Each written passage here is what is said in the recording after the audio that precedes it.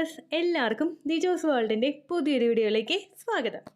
Ovulation കഴിഞ്ഞ് എല്ലാവർക്കും ഉണ്ടാകുന്ന ഒരു സംശയമാണ് ട്രാവൽ ചെയ്യാമോ, ചെയ്ത് കഴിഞ്ഞാൽ ഇംപ്ലാന്റേഷൻ ഫെയിൽ ആകുമോ എന്നതിനൊക്കെ പറ്റിയിട്ട് കേട്ടോ. അപ്പോൾ അതിനെ പറ്റിയിട്ടാണ് ഇന്നത്തെ വീഡിയോയിൽ സംസാരിക്കുന്നത്.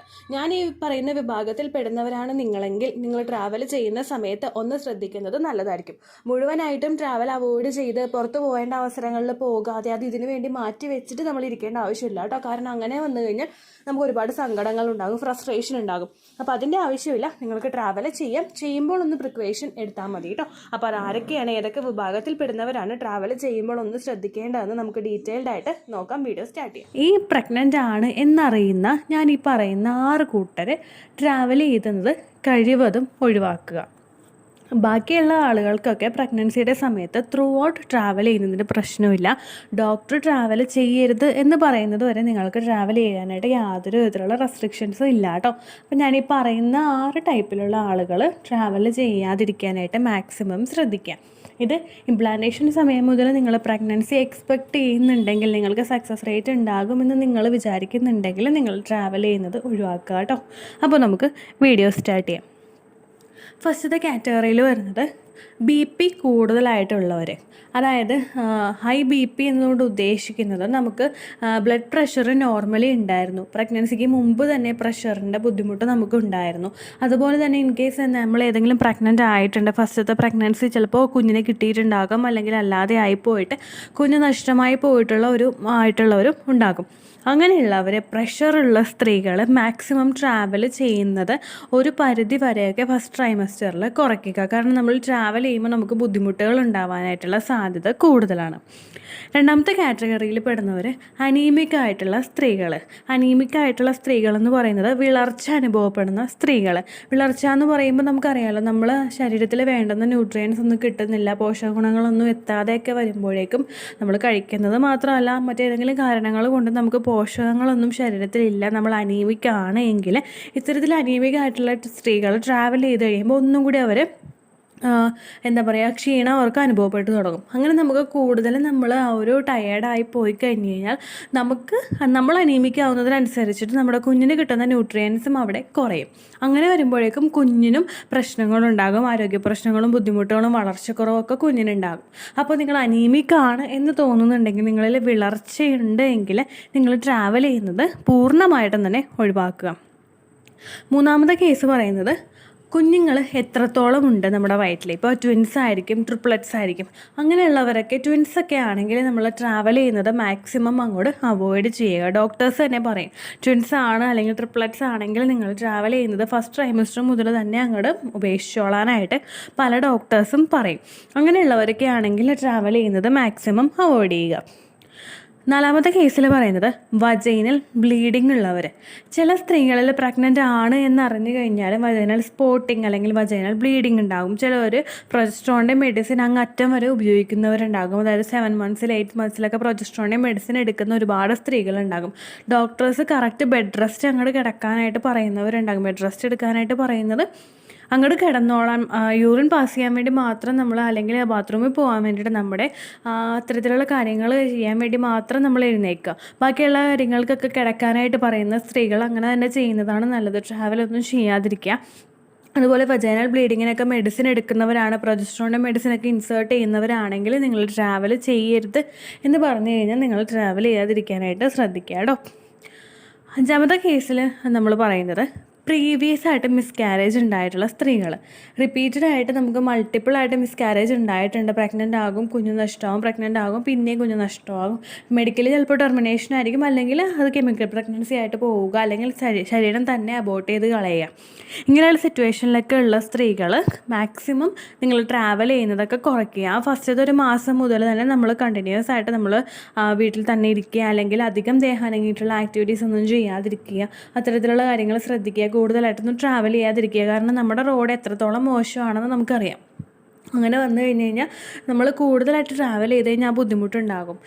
പിന്നെ ആറാമത്തെ കേസ് പറയുന്നത് എക്ടോപിക് പ്രഗ്നൻസീസ് ഉള്ളവർ. എക്ടോപിക് പ്രഗ്നൻസി പ്രീവിയസ് ആയിട്ടുള്ള എക്ടോപിക് പ്രഗ്നൻസീസ് ഉള്ളവരോട് ഡോക്ടേഴ്സ് കഴിവതും പറയാറുണ്ട് നിങ്ങൾ പ്രഗ്നൻ്റ് ആണ് എന്നറിഞ്ഞു കഴിഞ്ഞാൽ ട്രാവൽ ചെയ്യുന്നതൊന്ന് കുറയ്ക്കാനായിട്ട്. അപ്പോൾ ഇത്തരത്തിലുള്ള 6 കേസുകളിൽ വരുന്നവരാണ് ട്രാവലിംഗ് കുറയ്ക്കാനായിട്ട് പറയുന്നത്.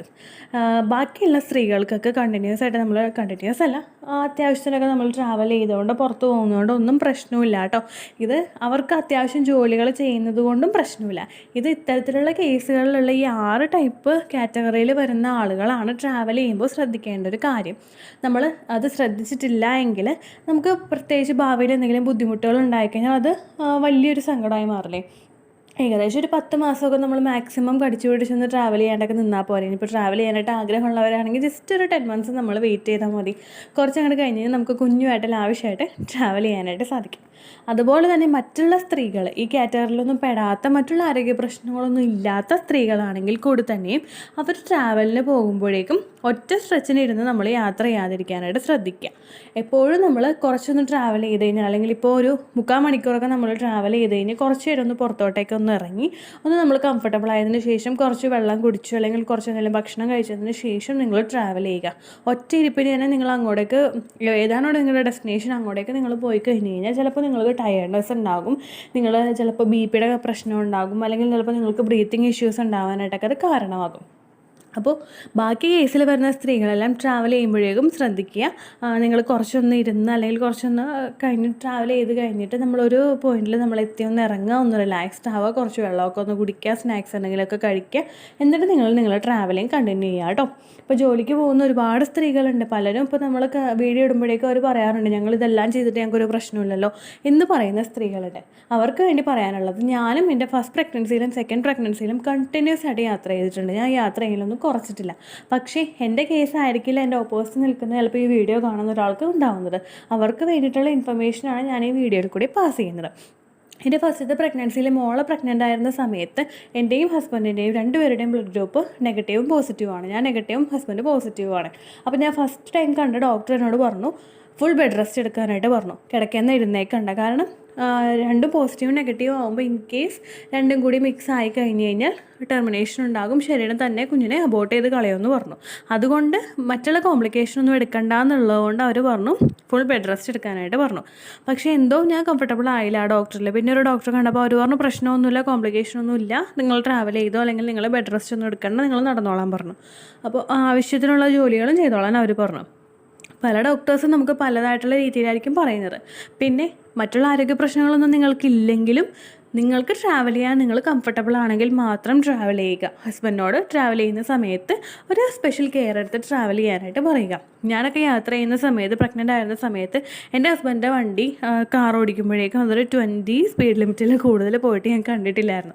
അത്രയും നമ്മുടെ റോഡ് അങ്ങനെയുള്ളതായിരുന്നു. അപ്പോൾ അങ്ങനെ ആകുമ്പോഴേക്കും നമ്മൾ അതിനനുസരിച്ചിട്ട് കെയർ കൊടുത്ത് മാത്രം നമ്മൾ ഓടിക്കുക. എന്തൊക്കെ വന്നാലും ഒരു 10 മാസം നമ്മൾ ആ ഒരു ക്രൂഷ്യലായിട്ടുള്ള ഒരു ടൈം പീരീഡാണ്. അത് നമ്മൾ ഓവർകം ചെയ്യാനായിട്ട് നല്ല ആരോഗ്യമുള്ളൊരു കുഞ്ഞിനെ കിട്ടാനായിട്ട് നമ്മൾ മാക്സിമം ശ്രമിക്കുക. ഇത്രയേ ഉള്ളൂ വീഡിയോ.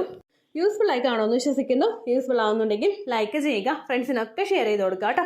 എന്തെങ്കിലും സംശയം ഉണ്ടെങ്കിൽ നിങ്ങൾ കമൻസിൽ ചോദിക്കുക. പണ്ടത്തെ വീഡിയോയ്ക്ക് കമൻസ് ഇടുന്നവർക്ക് റിപ്ലൈ ലഭിക്കുന്നില്ലെങ്കിൽ ലേറ്റസ്റ്റ് ആയിട്ട് ഞാൻ ഏത് വീഡിയോ ആണോ അപ്ലോഡ് ചെയ്യുന്നത് അതിന് താഴെ കമൻറ്റ് ഒന്ന് കോപ്പി പേസ്റ്റ് ചെയ്യാനായിട്ട് ശ്രദ്ധിക്കുക കേട്ടോ.